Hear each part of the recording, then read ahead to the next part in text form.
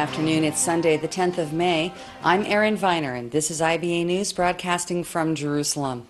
We open with a new government still in formation. This morning, the outgoing cabinet unanimously approved the proposal from Prime Minister Benjamin Netanyahu to expand the size of the 20th Knesset's ministerial cabinet, although there's no guarantee it will pass the Knesset ahead of Wednesday's deadline for presenting the new government. Here with all the latest is IBA's political correspondent, Ellie Wogelenter. Prime Minister Benjamin Netanyahu faces a politically challenging week ahead, during which his new government is set to be sworn in. Two tough tests the Prime Minister faces are passing a bill that would permit an increase in the number of cabinet ministers and distributing ministerial portfolios among Likud members. This morning, the cabinet, which currently comprises only Likud and Bayit Yehudi ministers from the last government, approved a bill that would enable the incoming government to have 20 ministers instead of the 18 mandated by a law passed by the last Knesset, as well as appoint 4 deputy ministers, with the intention of later adding a number of ministers without portfolio. The Prime Minister's proposal will now be brought to the Knesset for approval tomorrow, and is expected to encounter fierce backlash from the opposition. It will also be the first test of the new government. Given the incoming coalition's mayor one-seat majority, nothing is assured there, as the absence of even one coalition MK could thwart the passage of the bill. A concerted effort is being made to ensure that all Likud, Bayit Yehudi, Kulanu, Shas, and United Torah Judaism MKs will be present for all the votes on the bill. If the approval process is not completed by Wednesday, when the new government must be sworn in, Netanyahu would have to appoint ministers in 2 phases, 18 in the first phase, followed by 4 in the second phase, after the bill is passed. Yesh Atid head Yair Lapid, who has moved to the opposition, called the decision to expand the number of ministers political corruption. They tell us that this does not affect the budget, which is a blatant lie, Lapid said. I was finance minister, and you can't sell me such nonsense. And he argued that the move will cost hundreds of millions of shekels. Netanyahu is expected to hold consultations with Likud lawmakers over the next couple of days to determine who will get which ministerial posts. A number of internal fights are expected within the party over the distribution of those posts. Given the limited number of portfolios available, it is likely a number of Likud ministerial hopefuls will be left disappointed, which is why Netanyahu is waiting for passage to expand the cabinet before giving out ministry portfolios to his MKs. Several Likud MKs have threatened to boycott the swearing-in of the new government on Wednesday if they do not receive ministerial portfolios, something that could prevent the new government from being sworn in, given the coalition's narrow majority. But it is widely believed that these are empty threats and that no Likud MK would take part in thwarting the establishment of the new government. Some Likud politicians are also crying foul over Netanyahu's decision to reserve the foreign minister post, which he is thought to be keeping in reserve to woo Zionist Union head Isaac Herzog into the coalition.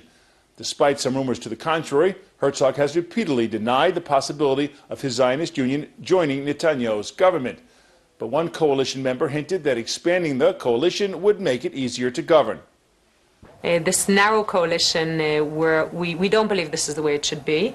And it's very important for us that it will be wider and that we'll have a wide scope of support to make sure that we can, do all the work that we came to do.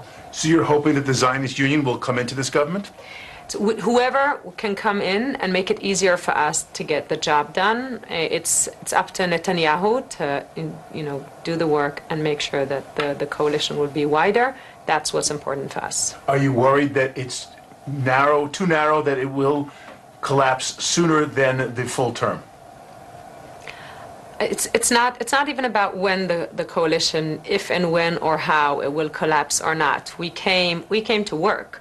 We didn't come to make sure that the coalition will just exist. So therefore, what's important for us is to make sure that the work that we promised the citizens of Israel, that's what we'll do over this term to make sure we can do it. And for that, it's very important for us to have a wider coalition.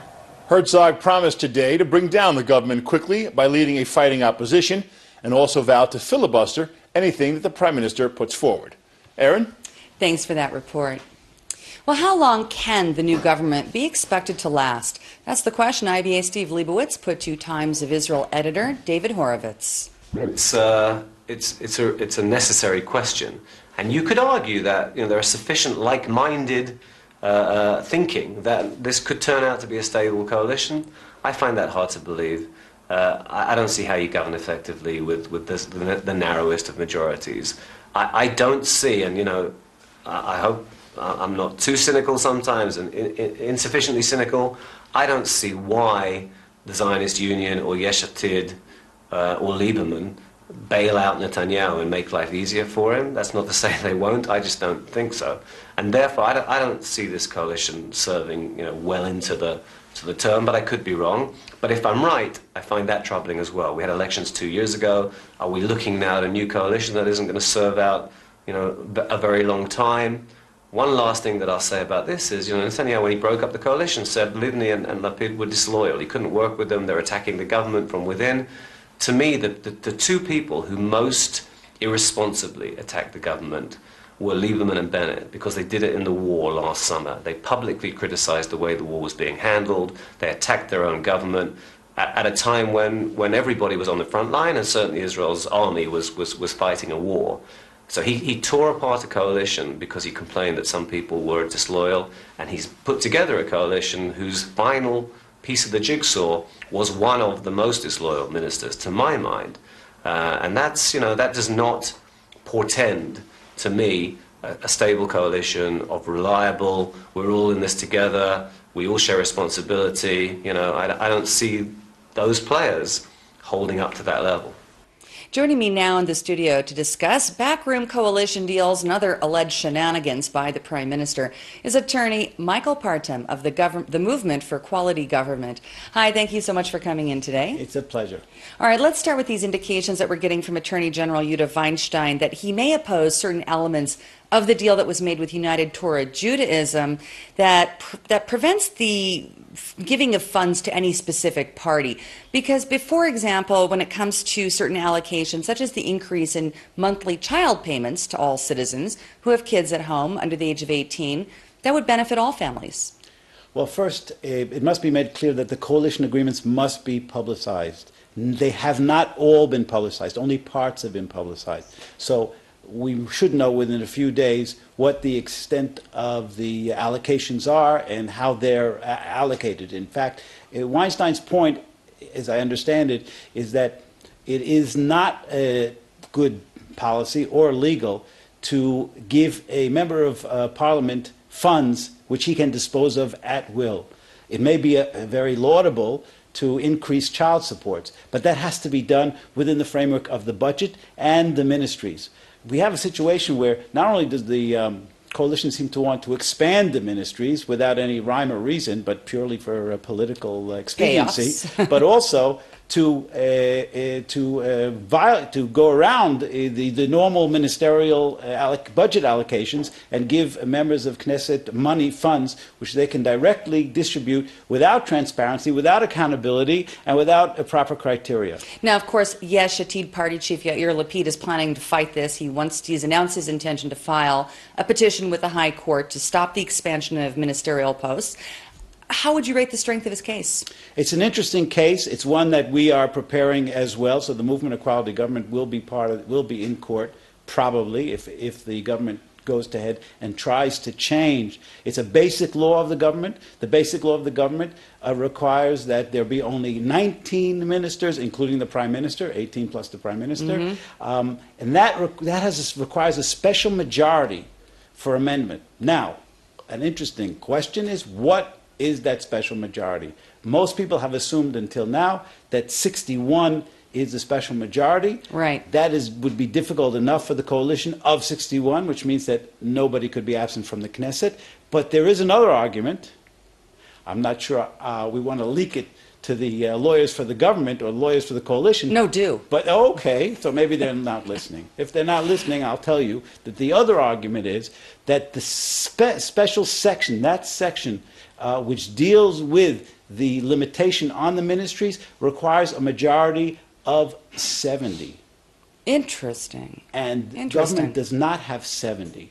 Clearly. Clearly it does not. Clearly. The Supreme Court will have to decide which section of the law is predominant. In other words, is there a general special provision at the end of the law which requires an absolute majority, or is that specific provision which requires 70? Is that valid? If that's valid, and if that's a special provision that regarding only the size of the government, and that's what we would argue in front of the court, That is more important, I'll say, overrides the general special protection. Interesting. I.e., that they need 70 and they don't have 70. So you have to be an attorney to really follow this. It'll That's be great. it'll be Thank an you. interesting case in the Supreme Court. But the bottom line is the government's case is not a clear winner.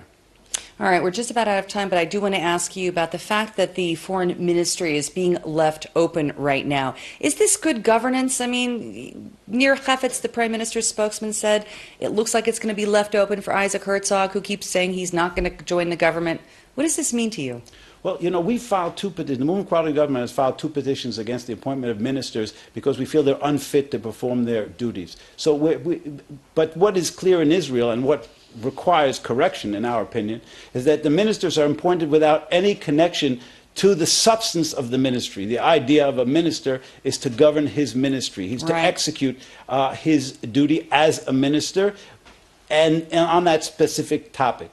There are many, many issues with the system the way it is that means that there's very little connect necessarily between the minister and the activity of the ministry. And I think this will, the lack of a full-time prime minister will only breed further, shall I say, further questions.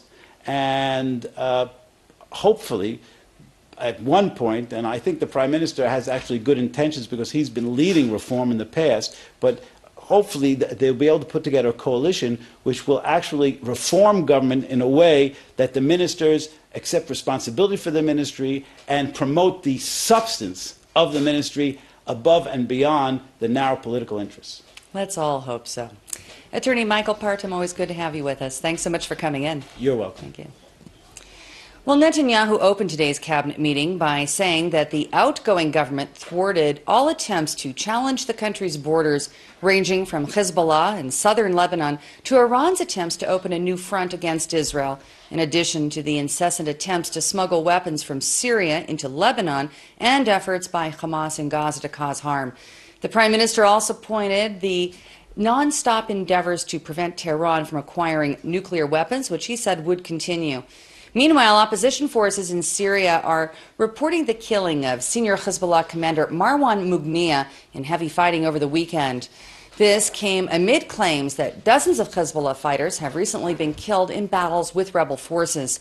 The commander was a cousin of Hezbollah's head of security, Imad Mughniya, who was assassinated in 2008, allegedly by Israel. Marwan Mughniya is believed to have died in the Kalamun region, northeast of Damascus, while carrying out special operations for the Lebanon-based terror organization fighting alongside regime forces in the Syrian civil war. Hezbollah is meanwhile claiming to have jointly captured the largest of the al-Nusra Front rebel group bases right on the border between Syria and Lebanon. The Prime Minister's wife, Sarah Netanyahu, today appeared at the Jerusalem District Labor Court to answer allegations from the former caretaker of the Premier's official residence, Meni Naftali, that she mistreated workers. Also testifying on the matter today is the Director General of the Prime Minister's office, Ezra Seidov. Naftali is suing the Netanyahus for alleged verbal abuse and financial impropriety by Sarah Netanyahu in a case that has provided a rare glimpse into the personal lives of the country's ruling family. In their counterclaim, the couple are arguing that their former employee filed his suit out of frustration for failing to receive job security after working for 2 years as a non-tenured caretaker. After 2 weeks of operating a field hospital in Nepal to help the country cope with the devastation caused by the April earthquake, the IDF today began to dismantle its facilities amid preparations for the Israeli team to return home. We get more in this report from IBA's Efrat Batat. Israeli rescue teams and medical staff today started to disassemble the dozens of tents they established to treat hundreds of victims injured in the 7.8 magnitude earthquake that shook the country. Over the past 2 weeks since they first arrived on the scene, Israel and other Israeli medical personnel treated over 500 injured patients in its trauma, pediatrics, OBGYN, medical, surgical, orthopedic, and intensive care units. The doctors and nurses have reportedly performed 42 life-saving surgeries and helped deliver 11 babies, including 5 cesarean sections.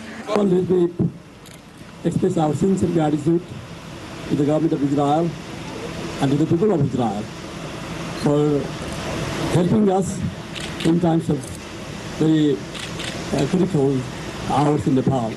The Israeli team, which consisted of over 250 doctors and rescue personnel, was considered the second largest in manpower of any international aid team to arrive on the scene, and they were the first to establish a sophisticated field hospital in the area. The IDF also dispatched a group of medically trained clowns in order to help ease the trauma and encourage laughter among the young and old victims. In the area of search and rescue, Israeli rescue workers managed to extract a young Nepalese woman who was trapped for 5 days under a collapsed hotel she had worked in. The woman was treated at the IDF hospital and is now said to be doing really well. Meanwhile, 15 days after the quake struck, piles of rubble and debris continue to mount in the Nepalese capital of Kathmandu. Many of the city's residents are still struggling to survive, with many unable to return home after their houses collapsed, let alone reopen their businesses. People were fighting and they left these places which was dangerous, and they went to restart to other places. Because they don't have houses. They are not getting shelter, food, water. So I think it takes time, 3 or 4 months. According to the latest figures released by the government in Nepal, the earthquake has left 8,394 people dead and more than 17,000 injured.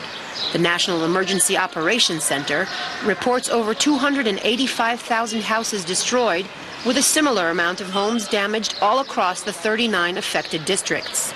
The Nepalese government says the cost of the first phase reconstruction would be an estimated $2 billion and is expected to take several years to complete. I did mention that Nepal is crying and the whole world is crying, but I also said that I'm optimistic for the future, and things are now starting to rebuild again. And it will take time, but I'm sure things will be better and Nepal will be stronger and will be united, working for these challenges. This is Efrat Batat for IBA News.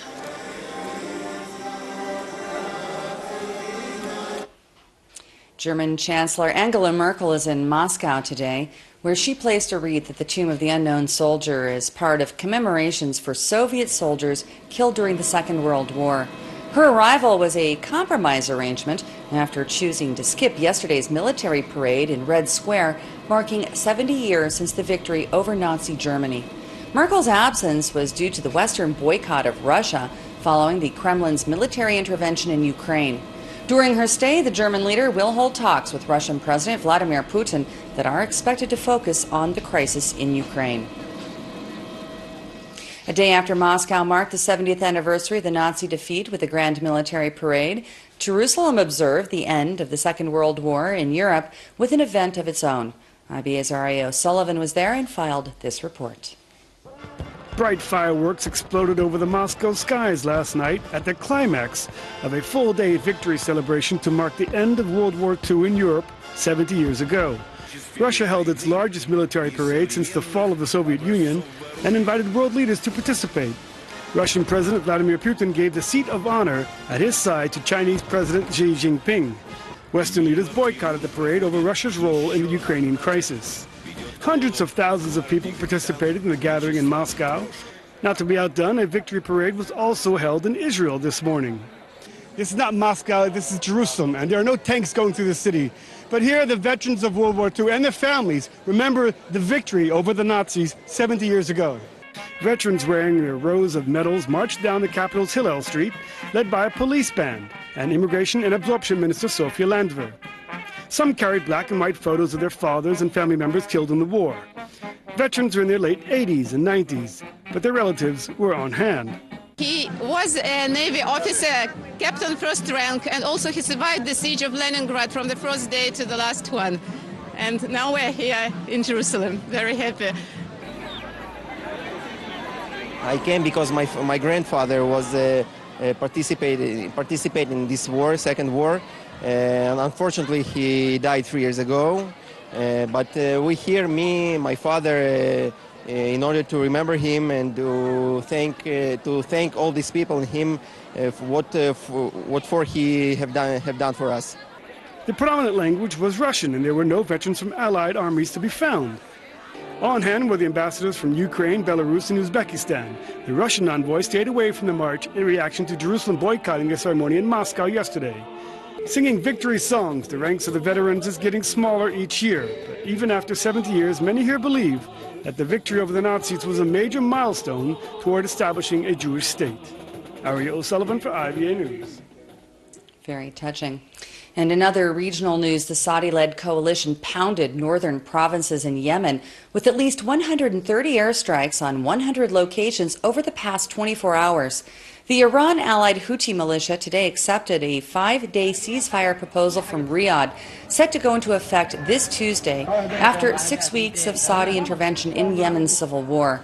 Fighting in Aden has intensified in recent days, and forces loyal to exiled President Abdrabbu Mansour Hadi managed to seize control of 2 main districts in the war-torn port city.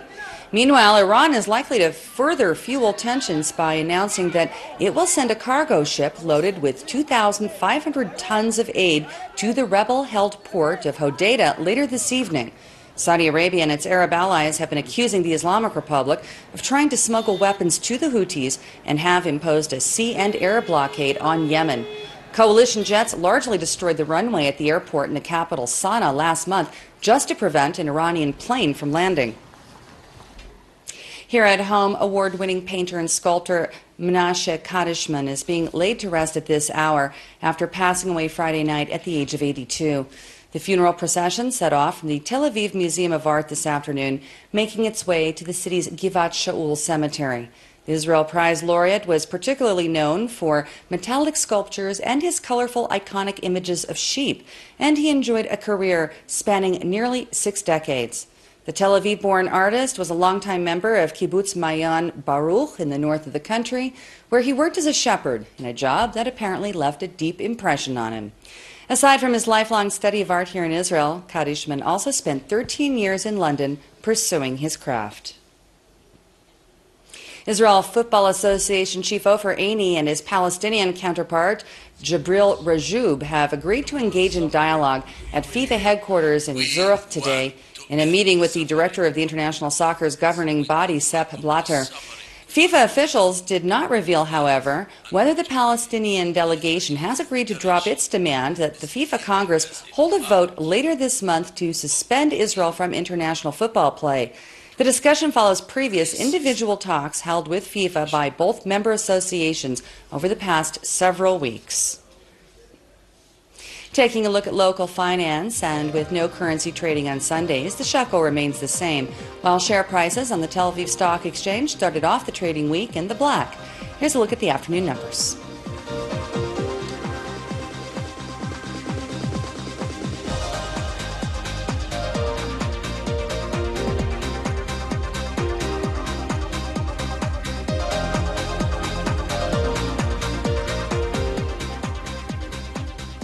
Now turning to the weather, and with our unpredictable spring patterns are due to continue over the next several days. Tomorrow we'll see a significant rise in temperatures to unseasonable levels, possible light rain and hazy conditions in the south.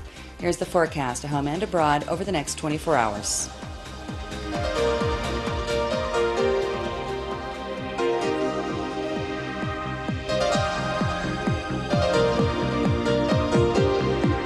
Thank you for being with us this afternoon. We hope you'll join us again tomorrow when Laura Cornfield will be at this desk. I'm Erin Viner, wishing you a wonderful evening and shalom from Jerusalem.